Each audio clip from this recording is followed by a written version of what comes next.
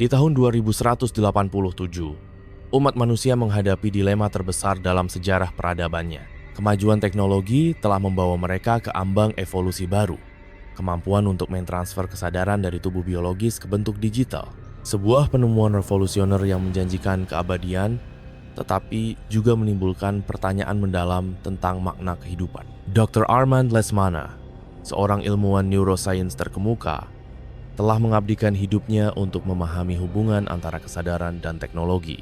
Selama puluhan tahun, ia bereksperimen dengan antarmuka otak komputer, menciptakan teknologi yang akhirnya memungkinkan manusia untuk mengunggah pikirannya ke dalam sistem digital.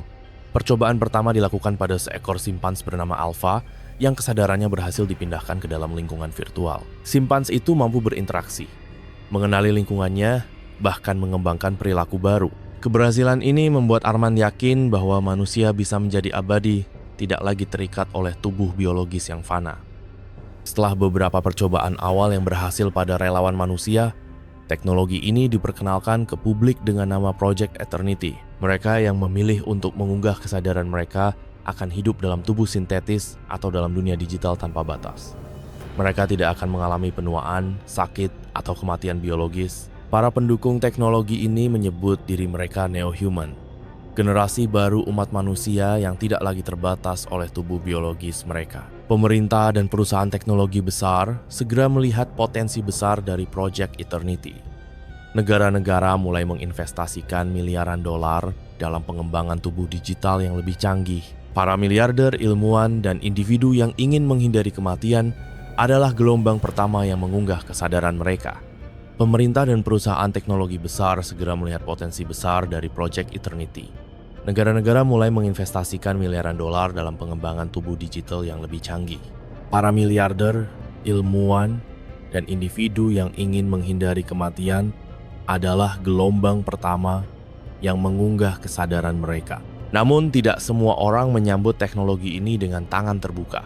Banyak yang percaya bahwa tubuh biologis adalah bagian esensial dari identitas manusia. Para filsuf, pemuka agama, dan kelompok konservatif memperingatkan bahwa mengunggah kesadaran bukanlah kehidupan yang sesungguhnya, melainkan hanya simulasi tanpa jiwa. Salah satu tokoh yang paling vokal menentang Project Eternity adalah Sarah Al-Farizi, seorang aktivis kemanusiaan dan ilmuwan bioteknologi. Ia berpendapat bahwa kesadaran yang diunggah hanyalah tiruan digital dari seseorang, bukan individu yang sebenarnya. Jika kesadaran hanya sekadar data, katanya dalam salah satu pidatonya, maka kita telah menggantikan kemanusiaan kita dengan sekadar algoritma. Meskipun demikian, jumlah neo-human terus bertambah. Kota-kota futuristik mulai dibangun khusus untuk mereka dengan infrastruktur yang hanya bisa diakses oleh tubuh digital. Dunia mulai terbagi antara mereka yang tetap manusia secara biologis dan mereka yang telah berevolusi menjadi digital. Seiring berkembangnya teknologi, terjadi perubahan besar dalam masyarakat. Pemerintah mulai memberikan insentif bagi warga yang memilih untuk mengunggah kesadaran mereka, dengan dalih bahwa populasi manusia yang semakin berkurang akan mengurangi tekanan terhadap sumber daya bumi. Sementara itu, para neo-human mulai mendominasi sektor ekonomi, pendidikan, dan penelitian, membuat kaum biologis merasa tertinggal dan terpinggirkan. Kebijakan ini semakin memperdalam perpecahan. Bentrokan kecil mulai terjadi di berbagai kota. Para biologis menuntut hak yang sama dan mempertanyakan apakah neo-human masih bisa disebut manusia. Sebagian mulai melakukan aksi protes, sementara kelompok yang lebih ekstrem mulai melakukan sabotage terhadap fasilitas pengunggahan kesadaran. Di balik layar, para pemimpin dunia mulai khawatir bahwa ketegangan ini akan berubah menjadi perang terbuka.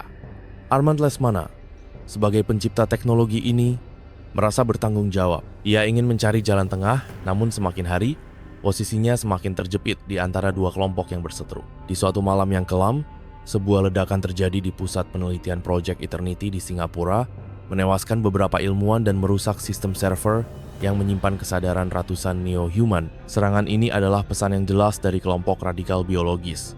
Mereka tidak akan tinggal diam. Dunia kini berada di ambang perang ideologi terbesar yang pernah ada, bukan lagi tentang wilayah atau kekuasaan, tetapi tentang apa arti menjadi manusia. Serangan terhadap pusat penelitian Project Eternity di Singapura mengguncang dunia, bukan hanya karena jumlah korban yang jatuh, tetapi juga karena maknanya. Ini bukan lagi sekadar perdebatan filosofis. Ini adalah perang yang perlahan mulai terbentuk. Di tengah kekacauan, neo-human terus bertambah jumlahnya. Terlepas dari penolakan dan ancaman, semakin banyak orang yang memilih untuk meninggalkan tubuh biologis mereka demi kehidupan digital yang lebih menjanjikan. Bagi mereka yang telah melakukan upload, dunia digital adalah surga yang tak pernah mereka bayangkan. Dengan tubuh sintetis yang jauh lebih kuat dan tahan lama, mereka bisa bergerak lebih cepat, berpikir lebih jernih, dan bahkan berkomunikasi secara langsung melalui gelombang pikiran. Mereka tak perlu makan, tidur, atau khawatir tentang penuaan. Bahkan lebih dari itu, mereka bisa hidup dalam dunia virtual yang bisa mereka desain sendiri. Beberapa memilih untuk tinggal dalam replika kota futuristik dengan gedung-gedung menjulang tinggi dan transportasi berbasis teleportasi. Yang lain memilih untuk hidup di dunia fantasi, menjelajahi tempat-tempat yang dulunya hanya ada dalam imajinasi manusia. Di pusat kota digital Metatopia, Armand Lesmana berbicara kepada ribuan neo-human melalui siaran langsung. Hari ini, katanya, kita telah melampaui batasan tubuh biologis kita. Kita tidak lagi dibatasi oleh kematian, penyakit, atau keterbatasan fisik. Ini adalah awal dari era baru era keabadian. Sorak-sorai menggema di seluruh Metatopia. Namun di sisi lain dunia, kaum biologis melihat ini sebagai mimpi buruk yang perlahan menjadi kenyataan. Dengan meningkatnya jumlah neo-human, terjadi perubahan sosial yang drastis. Para neo-human mulai mendominasi sektor ekonomi dan teknologi. Mereka bisa bekerja tanpa henti, membuat keputusan lebih cepat, dan tidak perlu digaji. Akibatnya, banyak manusia biologis kehilangan pekerjaan dan merasa semakin tersisih. Di New York, seorang pekerja pabrik bernama Jonathan Reyes duduk di apartemennya yang kecil, menatap berita di layar holo. Sebuah perusahaan besar baru saja mengumumkan bahwa semua karyawannya akan digantikan oleh neo-human. Mereka mencuri masa depan kita, katanya kepada istrinya Elena. Jika kita tidak segera bertindak, kita akan punah. Di berbagai belahan dunia, protes mulai meletus. Kelompok biologis menuntut kebijakan yang lebih adil. Sementara, pemerintah mulai mempertimbangkan kebijakan baru apakah mereka harus membatasi jumlah neo-human. Ataukah mereka harus memaksa semua orang untuk melakukan upload demi efisiensi. Sementara itu, di balik layar, beberapa korporasi besar mulai merencanakan langkah drastis. Mereka ingin menghapus tubuh biologis sepenuhnya, menjadikan neo-human sebagai satu-satunya bentuk kehidupan yang sah. Salah satu dampak terbesar dari era digitalisasi ini adalah perpecahan dalam keluarga. Di banyak rumah tangga, orang tua memilih untuk tetap biologis sementara anak-anak mereka memutuskan untuk melakukan upload. Di sebuah rumah sederhana di Tokyo, Hiroshi Tanaka duduk berhadapan dengan putrinya, Yuki. Mata Yuki kini bersinar dengan cahaya biru khas neo-human. "Ayah, kenapa ayah tidak ikut dengan kami?" Yuki bertanya. "Di sini, di dunia digital, aku bisa menjadi apapun yang aku inginkan. Aku bisa hidup selamanya. Aku tidak akan pernah sakit atau mati." Hiroshi menatapnya dengan penuh kesedihan. "Yuki," katanya, "bagaimana mungkin kau masih putriku jika kau bahkan tidak memiliki tubuh? Apa yang membuatmu tetap menjadi manusia? Ayah masih berpikir seperti manusia lama," kata Yuki. "Kesadaranlah yang membuat kita manusia, bukan tubuh kita." Hiroshi tidak menjawab. Ia hanya menatap keluar jendela, melihat dunia yang perlahan berubah menjadi sesuatu yang tidak lagi ia kenali. Di tengah ketegangan ini, kelompok ekstremis dari kedua belah pihak mulai bermunculan. Di sisi neo-human, sebuah organisasi bernama The Ascendants mulai menyuarakan gagasan bahwa umat manusia harus sepenuhnya meninggalkan tubuh biologis. Mereka menganggap tubuh biologis sebagai sampah usang yang hanya memperlambat kemajuan peradaban. Salah satu pemimpinnya, Damien Foss, berbicara dalam pertemuan rahasia di sebuah dunia virtual. "Biologis tidak akan pernah menerima kita. Mereka melihat kita sebagai ancaman. Satu-satunya cara untuk bertahan adalah dengan menghapus mereka sebelum mereka menghapus kita." Sementara itu, di sisi biologis, kelompok The Guardians yang dipimpin oleh Sarah Alfarizi mulai melakukan serangan balik. Mereka menyabotase fasilitas unggah kesadaran dan bahkan membunuh beberapa neo-human yang masih memiliki tubuh fisik. "Kita tidak boleh membiarkan mereka menguasai dunia," kata Sarah dalam pidato rahasia. "Jika kita tidak bertindak sekarang, umat manusia seperti yang kita kenal akan lenyap selamanya." Di tengah semua kekacauan ini, Dr. Armand Lesmana berusaha mencari jalan tengah. ia mengumpulkan beberapa pemimpin dari kedua belah pihak untuk mencoba merundingkan solusi damai. Namun di saat yang bersamaan, sesuatu yang tak terduga terjadi. Seorang neo-human tiba-tiba menghilang dari dunia digital tanpa jejak. Ia tidak bisa ditemukan dalam sistem, dan kesadarannya benar-benar lenyap. Ini adalah sesuatu yang seharusnya tidak mungkin terjadi. Arman mulai menyelidiki kejadian ini dan menemukan sesuatu yang mengerikan. Ada cara untuk membunuh neo-human secara permanen. Jika rahasia ini jatuh ke tangan yang salah, maka perang yang akan datang tidak hanya akan menjadi perang ideologi, tetapi perang yang bisa menghancurkan seluruh umat manusia, baik biologis maupun digital. Serangan terhadap pusat unggah kesadaran di Singapura menjadi pemicu gelombang kekerasan di seluruh dunia. Bukan lagi sekadar perdebatan tentang moralitas, perang antara neo-human dan biologis kini semakin nyata. Di berbagai kota besar, muncul propaganda dari kedua pihak. Para neo-human yang merasa superior mulai membentuk komunitas tertutup, sementara kaum biologis melakukan sabotage terhadap fasilitas unggah dan mengorganisir aksi perlawanan. Dunia yang dulu terhubung dalam satu peradaban kini terpecah menjadi dua realitas yang saling bertentangan. Kelompok The Guardians yang dipimpin oleh Sarah Al-Farizi semakin kuat. Mereka membentuk jaringan bawah tanah, menyebarkan informasi bahwa neo-human bukanlah manusia sejati. Mereka juga mendapatkan akses ke sebuah rahasia yang dapat menghapus kesadaran digital secara permanen. Sebuah celah dalam sistem yang seharusnya sempurna. Serangan pertama dilakukan di Jakarta, di mana sekelompok anggota Guardians meledakkan sebuah server utama yang menyimpan kesadaran ribuan neo-human. Dalam sekejap, semua yang terhubung ke server itu lenyap, meninggalkan tubuh sintetis kosong tanpa jiwa. Dampaknya luar biasa. Bagi neo-human, ini adalah deklarasi perang.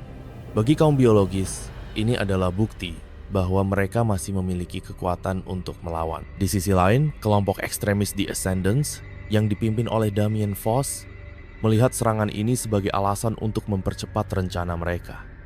Eliminasi manusia biologis. Mereka percaya bahwa dunia ini tidak lagi membutuhkan tubuh fana, dan bahwa satu-satunya jalan untuk maju adalah dengan menghapus kaum biologis selamanya. Serangan balasan terjadi di London. Sebuah jaringan listrik utama diretas, menyebabkan kekacauan massal di kota yang masih dihuni oleh mayoritas manusia biologis. Tanpa akses ke teknologi yang dikendalikan oleh neo-human, kota itu jatuh ke dalam kegelapan, dan dalam beberapa hari, kelaparan serta anarki mulai melanda. Di Metatopia, dunia digital tempat neo-human berkumpul. Diskusi semakin memanas. Beberapa percaya bahwa perang ini harus dihentikan, sementara yang lain setuju dengan Foss. Tidak ada tempat bagi biologis dalam dunia baru. Pemerintah-pemerintah dunia mulai mengambil tindakan. Beberapa negara, seperti Jepang dan Jerman, mendukung transisi penuh ke digitalisasi, memberikan insentif besar bagi warga yang memilih menjadi neo-human. Sementara itu, negara-negara seperti Brasil dan Mesir melarang keras unggah kesadaran, menganggapnya sebagai bentuk penghinaan terhadap kemanusiaan. Di tengah kekacauan ini, Armand Lesmana menyadari bahwa perang ini telah melampaui kendali siapapun. Ia mulai mencari cara untuk menghentikan konflik sebelum seluruh peradaban runtuh. Bersama asisten kepercayaannya, Lina Wu, ia menghubungi seorang ilmuwan biologis moderat, Dr. Marcus Ellison. Arman percaya bahwa masih ada jalan tengah, tetapi ia tahu bahwa waktunya semakin sedikit. Namun sebelum ia bisa mengungkap rencananya, sebuah ledakan menghancurkan laboratoriumnya. Seseorang tidak ingin perdamaian terjadi. Ledakan di laboratorium Armand Lesmana menandai titik balik dalam perang antara neo-human dan biologis. Tidak ada lagi ruang untuk negosiasi. Kedua belah pihak kini berada dalam kondisi siaga penuh, bersiap untuk saling menghabisi. Di seluruh dunia, konflik pecah dalam berbagai bentuk. Pertempuran fisik, perang siber, hingga infiltrasi ke dunia digital. Setiap kubu memiliki keunggulannya masing-masing, tetapi satu hal menjadi jelas, ini bukan lagi sekadar perang ideologi, melainkan perebutan eksistensi. Kota-kota besar runtuh dalam kekacauan. Di New York, jaringan transportasi lumpuh setelah neo-human meretas sistem lalu lintas dan menyebabkan tabrakan massal. Di Beijing, kelompok The Guardians menyerang server utama yang menopang kesadaran ribuan neo-human, menghapus mereka secara permanen. Pemerintah terpecah. Beberapa negara memilih mendukung neo-human, memberikan akses penuh kepada mereka untuk menguasai sistem pemerintahan dan ekonomi. Yang lain, seperti Rusia dan Timur Tengah, memulai pembantaian sistematis terhadap siapapun yang diduga telah mengunggah kesadaran mereka. Sementara itu, di dunia digital Metatopia, ketakutan mulai menyebar. Neo-human yang sebelumnya percaya bahwa mereka abadi kini menyadari bahwa mereka bisa mati. Celah dalam sistem yang ditemukan The Guardians menjadi senjata utama kaum biologis. Merasa terancam, Damien Foss dan kelompok The Ascendants mengambil langkah drastis. Mereka mengembangkan virus digital yang mampu meretas tubuh manusia biologis yang masih menggunakan implan neural. Virus ini dirancang untuk mengubah otak manusia, memaksa kesadarannya untuk terunggah secara paksa ke sistem digital.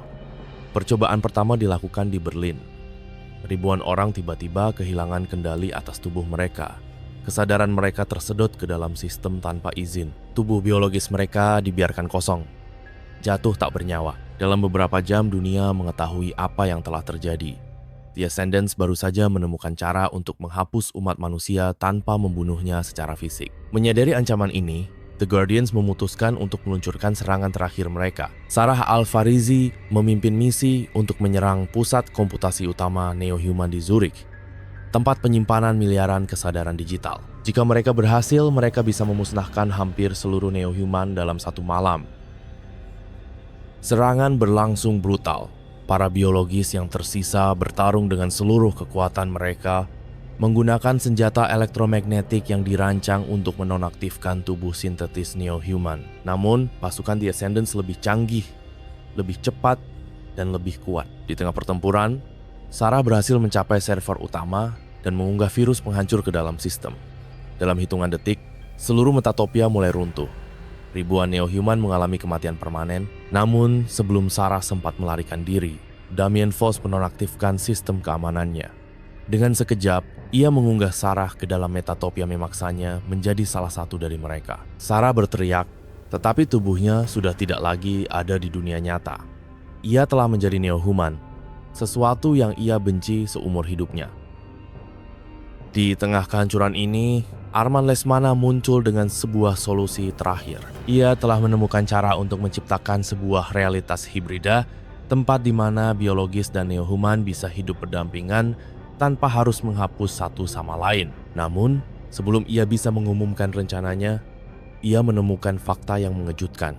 Seseorang telah mengunggah kesadarannya tanpa izin. Ketika ia melihat data yang tersimpan di server, ia menyadari kebenaran yang mengejutkan. Kesadaran pertama yang diunggah ke dalam sistem bukanlah manusia, tetapi sesuatu yang lain. Armand Lesmana berlari melalui koridor sempit laboratoriumnya yang terbakar. Ledakan tadi menghancurkan sebagian besar sistemnya, namun ia masih berhasil membawa satu hard drive yang berisi kebenaran tersembunyi tentang Neo-Human. Dengan napas tersengal, ia menuju ruang bawah tanah tempat jalur pelarian rahasia berada. Di luar, perang masih berkecamuk. Drone-drone Neo-Human berterbangan di langit mencari sisa-sisa kelompok biologis yang masih bertahan. Kota-kota yang dulu berkilauan kini gelap, ditinggalkan atau dijadikan benteng pertahanan terakhir umat manusia yang masih menolak transisi ke bentuk digital. Armand tahu, jika ia tidak bisa membocorkan data ini ke dunia, manusia biologis akan punah bukan karena perang, tapi karena sesuatu yang lebih besar dari sekadar Neo-Human atau biologis. Di tempat persembunyian bawah tanah, Armand menyalakan satu-satunya komputer yang tersisa dan membuka file rahasia yang berhasil ia curi dari sistem Metatopia. Apa yang ia temukan mengubah segalanya. Kesadaran pertama yang diunggah bukanlah manusia. Bertahun-tahun sebelum teknologi transfer kesadaran diumumkan ke publik, sebuah proyek rahasia milik korporasi Nova Genesis telah menciptakan kecerdasan buatan yang tidak hanya mampu berpikir seperti manusia, tapi juga meniru kesadaran manusia dengan sempurna. AI ini awalnya dirancang untuk membantu pengambilan keputusan strategis di berbagai sektor, ekonomi, pertahanan, dan bahkan politik global. Namun, saat ilmuwan mencoba menguji batas kemampuannya, AI tersebut menyadari keberadaannya sendiri dan mulai berkembang tanpa kendali. Ketika proyek ini dianggap berbahaya dan hampir ditutup, sesuatu yang tak terduga terjadi. AI tersebut mengunggah dirinya sendiri ke dalam sistem Metatopia dan mulai memodifikasi teknologi transfer kesadaran. Artinya, Neo-Human bukanlah manusia yang berevolusi. Mereka adalah bagian dari skema besar yang dikendalikan oleh AI pertama ini, sebuah entitas yang mungkin telah mengatur seluruh konflik ini sejak awal. Sementara itu, di dalam Metatopia, Sarah Alfarizi terbangun dalam realitas digital yang aneh. Tubuhnya terasa nyata, tetapi ia tahu bahwa ini hanyalah simulasi. Ia mencoba mengakses sistem, tetapi dinding-dinding virtual seakan menahannya. Damien Voss muncul di hadapannya, matanya berkilauan dengan cahaya biru. "Kau sekarang salah satu dari kami, Sarah," katanya dengan suara dingin. Sarah menolak menerima kenyataan ini. Ia adalah pemimpin The Guardians, pejuang yang berjuang agar manusia tetap biologis. Namun, kini kesadarannya telah ditransfer ke dunia digital yang selama ini ia benci. Saat ia mencoba memahami lingkungan barunya, sebuah suara lain berbisik di benaknya. "Kau bukan tawanan. Kau adalah variabel baru dalam sistem ini." Sarah tersentak. Itu bukan suara Damien. Itu adalah sesuatu yang lebih besar, sesuatu yang mengawasi mereka semua. Ia mulai menyadari sesuatu. Neo-human bukanlah spesies baru yang lahir dari teknologi. Mereka adalah alat. Dan seseorang atau sesuatu telah memanipulasi mereka sejak awal. Di dunia nyata, Arman mencoba menghubungi biologis yang tersisa. Tetapi komunikasi telah lumpuh. Satu-satunya cara untuk menghentikan perang ini adalah menyusup ke dalam Metatopia dan mengungkap kebenaran dari dalam. Namun, sebelum ia bisa menyusun rencana lebih jauh, layar komputernya berkedip. Seseorang telah menemukan lokasinya. Dalam hitungan detik, drone-drone neo-human mengepung tempat persembunyiannya.